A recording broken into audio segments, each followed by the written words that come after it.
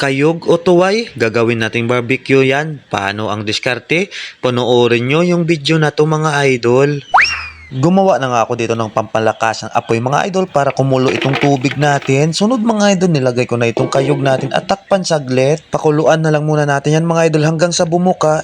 At habang naghihintay tayo mga idol, gagawa na tayo ng sauce dito. Yung gamit natin dito mga idol ay sibuyas, bawang, sili, kaunting magic sarap, asukal, tuyo at suka mga idol. Gagawa tayo ng sauce mga idol na sweet and spicy mga idol and sour. Ayan, maasim-asim na manamis na maahang-ahang yan mga idol.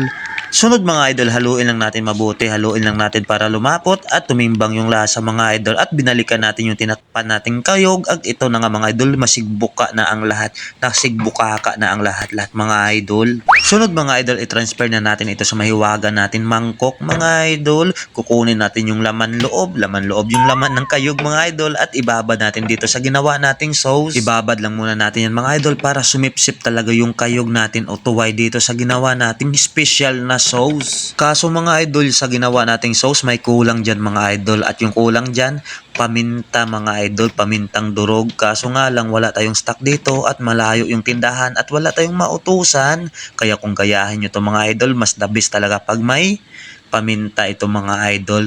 Pero okay na to mga idol, siguradong masarap talaga ito mga idol. Siyempre, pasasarapin talaga natin yan. Pagkatapos natin ibabad yan mga idol, ituhog-tuhogin na natin yan mga idol gamit ang stick. Ganito talaga yung kapalaran ng mga tuway mga idol. Painitin muna at nang uminit na, bumuka.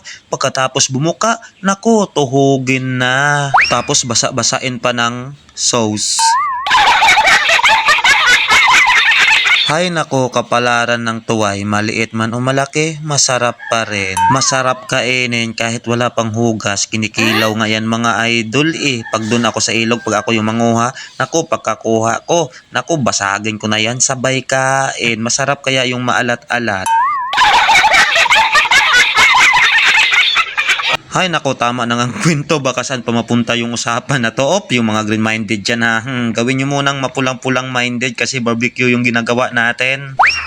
At patuloy pa rin tayo sa pagtuhog ng mga kayog dito mga idol. Ayan na nga yung kinalabasan mga idol, kulay palang nakakatakam na. Sunod mga idol, ipinatong ko na dito sa mahiwaga nating parilya. Yung parilya nating gamit mga idol ay cover lang yan ng electric pan.